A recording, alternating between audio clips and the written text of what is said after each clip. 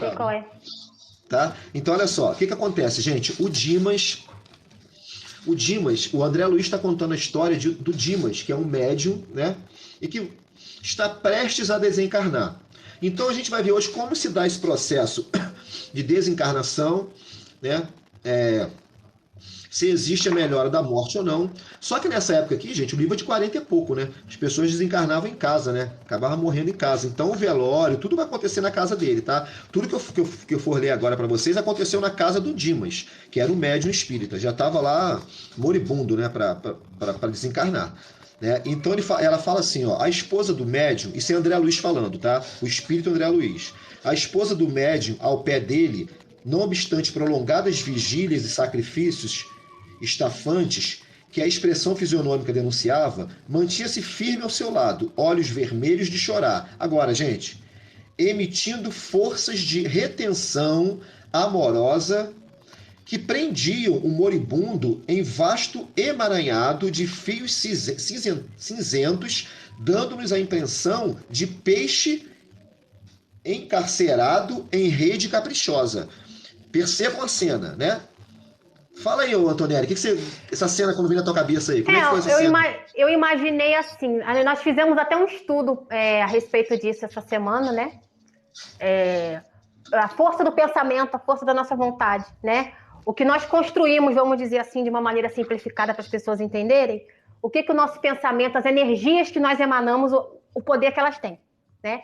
Nesse caso, a esposa, os filhos, eles não, a esposa, né, que estava ali na beira da cama, eles não estavam aceitando o desencarne dele, ela estava ali sofrendo, provavelmente devia estar orando, pedindo muito, né?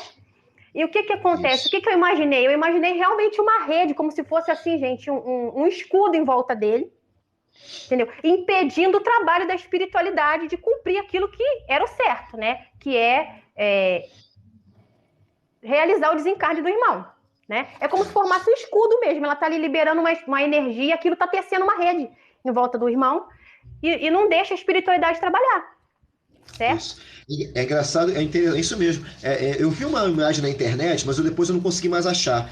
O sujeito está envolvido numa rede, como se fosse uma rede de pesca, gente. Imagine uma rede de pesca envolvendo, né, só o desencarnado consegue ver, essa rede de pesca envolvendo o desencarnado e não deixando com que o espírito, deixa eu ver, fazer aqui, não deixando que o espírito saia do corpo, né? Tá prendendo ele aqui.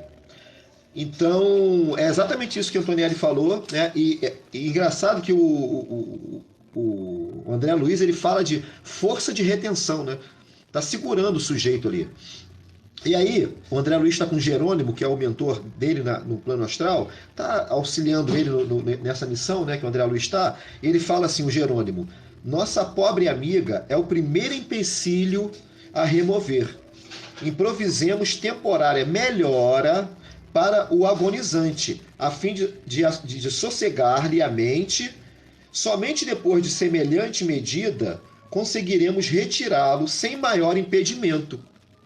Então perceberam aí, gente, que a tal melhora da morte, né, já está acontecendo aí. Vamos dar, ele fala aqui, né, improvisemos temporária melhora.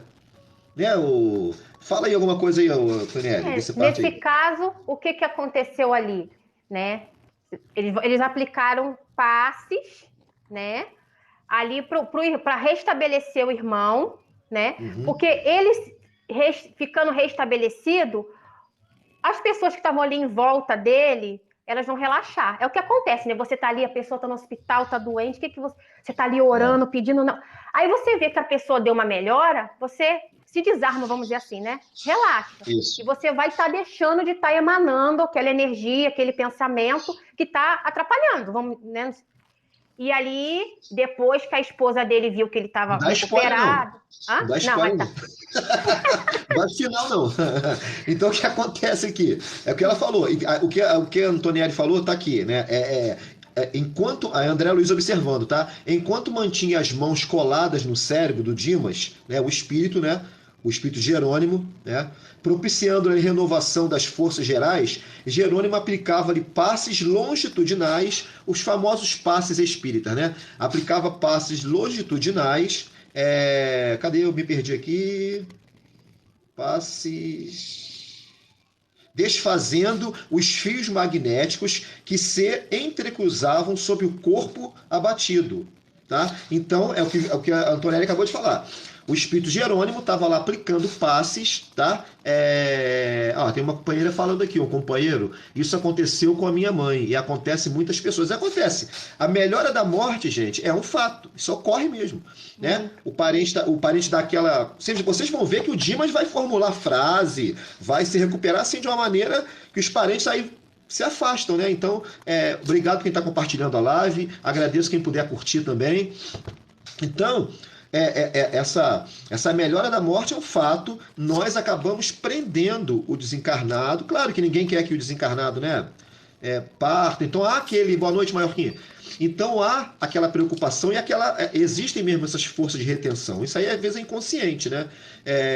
Então o Dimas estava passando por isso. E os mentores espirituais estavam ali para tentar tirar o sujeito daquela situação, né? O espírito sair daquela situação. E aí eu pergunto a Antonielli: Antonielli, será que não sei se você leu 14 e 15, mas o que eu vou te perguntar está no 14. Ele fala assim: será que todo mundo tem esse privilégio aqui de ter uma desencarnação assistida como essa? O que você acha? Não, nem todos. Posso falar mais ou vou dar spoiler de novo? Pode. Não, nem todos. Aí, no caso desse irmão, era um irmão caridoso, né? Um irmão responsável, uma pessoa de boa. Um médium que usou a mediunidade dele para fazer o bem, não usou para se promover, nem para ludibriar as pessoas, né? Uma pessoa que viveu uma vida simples, sacrificada até, mas uma pessoa do bem, né? E que usou a mediunidade dele a serviço, com amor, com caridade, que está faltando muito por aí, né? Você vê aí estrela, né? Muito médium estrela. Às vezes até aproveitando da boa vontade das pessoas, da dor, da ingenuidade. E ele teve esse privilégio por isso, porque ele foi uma pessoa correta, né? Usou, vamos dizer assim, o dom dele para o bem, a serviço da espiritualidade, que é o certo, né? Isso. O Maiorquinho tá falando aqui, o Maiorquinho, você conhece ele também, né, Antonielli? Maiorquinho é do grupo lá nosso, tá falando. Conheço. Antonielli, você consegue ler o que eu tô lendo? Não, né? Eu vou abrir aqui, mas quando eu abro o celular, a minha... Não precisa não, é só para saber. É porque eu não sei como é que funciona bem aqui. Não, se eu consigo ler as mensagens, consigo. Consegue? Consigo. Então legal. Consigo. Aí o Maiorquinho lê aí, ó. Poucos têm o mérito de serem amparados assim nessa hora. Realmente, o Dimas, ele tem esse amparo porque, como a Antonielli falou, né? Era um médium atuante, então... e não é só ele, tá, gente? Não é porque é espírita, não. Porque nesse caso aqui, se eu não me engano, são cinco espíritos, 5 encarnados que vão desencarnar, que estão prestes a desencarnar e que o André Luiz vai acompanhar. E 2 deles não são espíritas, tá? É um evangélico e um católico. Então também eram pessoas boníssimas que estavam sendo amparadas. E eu não sei se vocês viram um vídeo que eu fiz, depoimento de uma ex-evangélica que se tornou espírita, essa moça que está aí, ó, com a gente aí. Ela era aí. Que a gente vê sempre ex-espírita, né? E a maioria não é nem ex-espírita, é ex-umbandista, ex-candomblessista. Eles botam como ex-espírita, mas a Antonielli ficou muito tempo na Assembleia, Antonielli? Não, eu fui. Pode falar nomes? Pode. Então, eu fui durante um tempo da Universal. E depois eu saí, fui para uma outra igreja, que é um ministério um pouquinho pequeno, evangélico também, que chamava Ministério Vida Eterna. Mas todos eles evangélicos, 2 igrejas evangélicas que eu frequentei. Durante 10 anos eu fui evangélica. Ah, tá. Solange, a Solange está perguntando que hoje não é no YouTube. Não, domingo é sempre aqui, Solange. E o Cláudio hoje ele foi jantar fora com a Cris, tá numa churrascaria aí, curtindo. Então a Antonielli está me ajudando aqui hoje. E a Antonielli é médium também, tá? Então a Antonielli tinha as visões dela na igreja evangélica, e claro que é sempre o demônio, né? Eles falam sempre que é o demônio. Inclusive, Cláudio tem um relato aqui, Cláudio já deu, vou falar para vocês que estão online aqui assistindo. O Cláudio também foi protestante, Cláudio inclusive é pastor, que está sempre conosco fazendo live aqui, né? Não exerce, né? Mas tem registro. E um pastor conhecido dele perdeu um filho, né? Filho, acho que caiu de uma janela, alguma coisa assim. O Cláudio sempre conta. E depois de um tempo, o pastor começou a ver esse filho, o filho falar com o pai que estava bem e tal. E ele foi falar com o Cláudio: ó, eu tô vendo meu filho falou que estava bem. Aí o Cláudio fala para ele: ó, mas vem cá, quando eu vejo o espírito, é demônio. Quando fulano vê o espírito, é demônio. Quando você vê, é seu filho? Então quer dizer, aí o calo aperta, né? Então, é por aí, né? A gente tem que ter cuidado com o que a gente. Então, Antonielli estava nessa situação, médio dentro de uma religião evangélica, né? Vamos continuar aqui. Agora, gente, olha aqui, ó. Aqui é definitivo, ó. Precisamos fornecer-lhe, olha o que o Jerônimo fala aqui para o André Luiz. Precisamos fornecer-lhe melhoras fictícias, tá? Asseverou o dirigente de nossas atividades, tranquilizando-lhe os parentes aflitos, ou seja, melhoras fictícias para os parentes tranquilizarem e para deixarem o quarto. Eles queriam que eles deixassem o quarto. Antonelli, essa parte aqui que ele está falando aqui, pouco a pouco, com a interferência de Jerônimo, você tem como ler essa aí? Não, né? Dá para ler?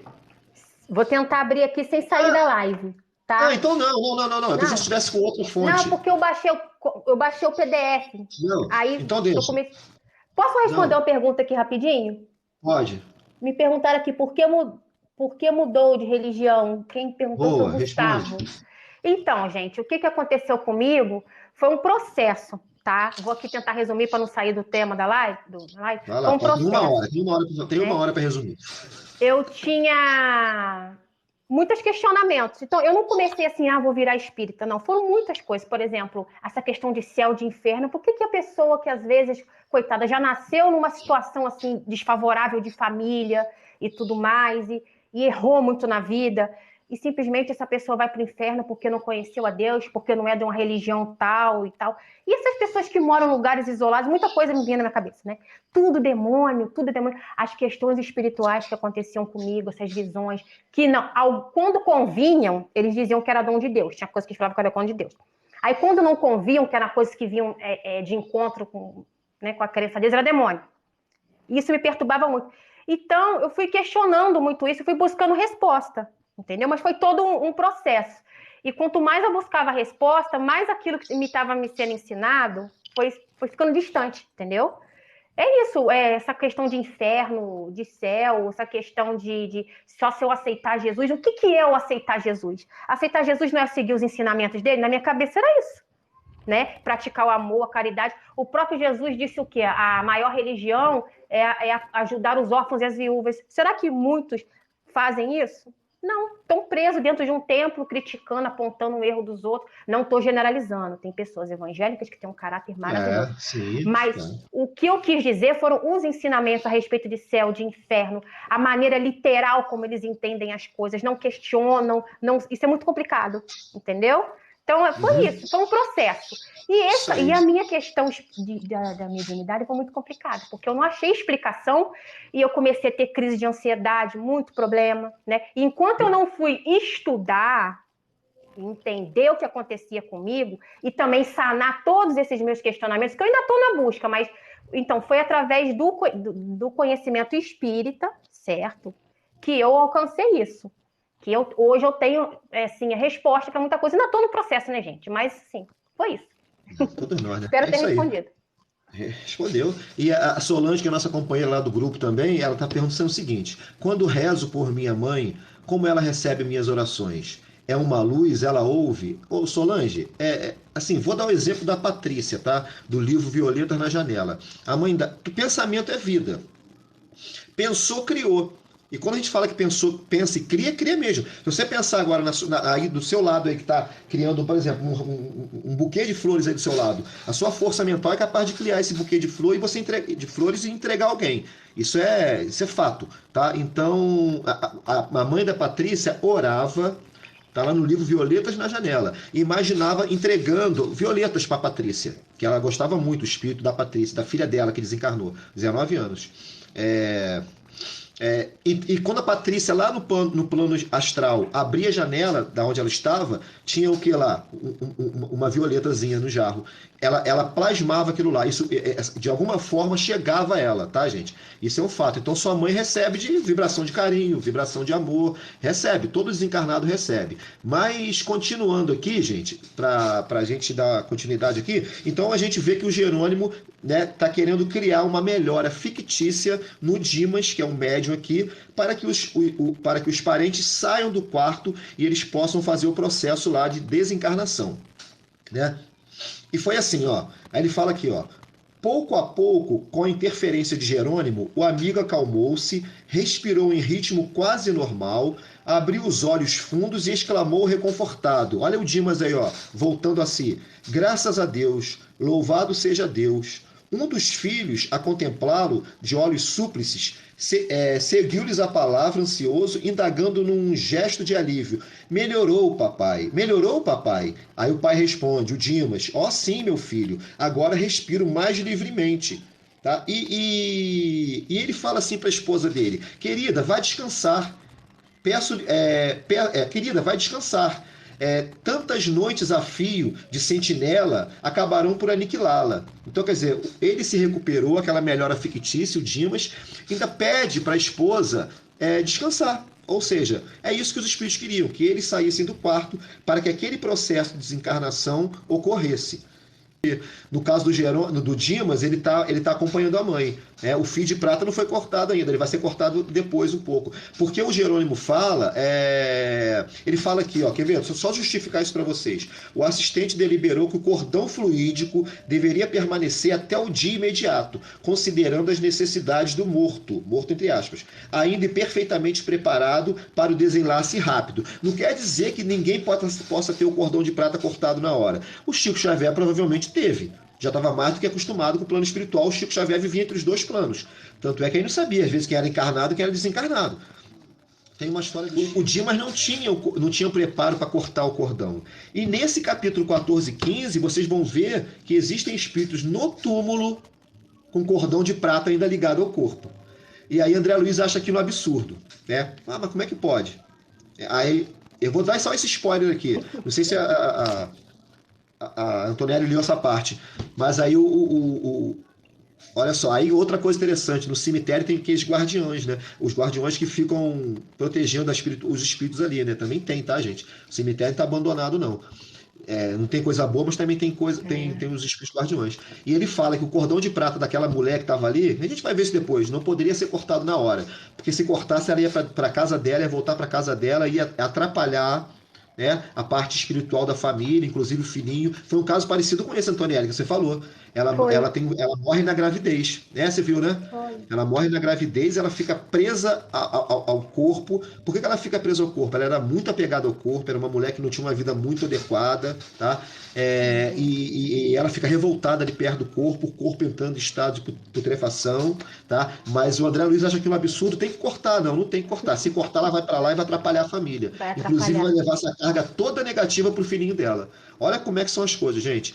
Então, a doutrina espírita é maravilhosa, que ela explica isso tudo pra gente, né? Então, em relação ao Dimas aí, Antonielli, o que você pode falar mais aí que você achou interessante aí? O que eu observei a respeito desse fio de prata que ficou conectado ele há um tempo? O que acontece? Ele tinha muita preocupação com a família dele, né? Se não me engano, no capítulo 13 fala a respeito disso. Então, eu creio que isso tem a ver também. Ele tinha não tanto apego, porque ele já tinha um contato com a espiritualidade, mas acho que ainda tinha um pouquinho de apego. Pai, então, né? Isso. Então, eu acho que teve essa questão aí. E o principal que eu achei, que eu refleti a respeito, é a importância, mesmo que a pessoa fale assim, eu não quero ser espírita, mas a importância do conhecimento a respeito da espiritualidade.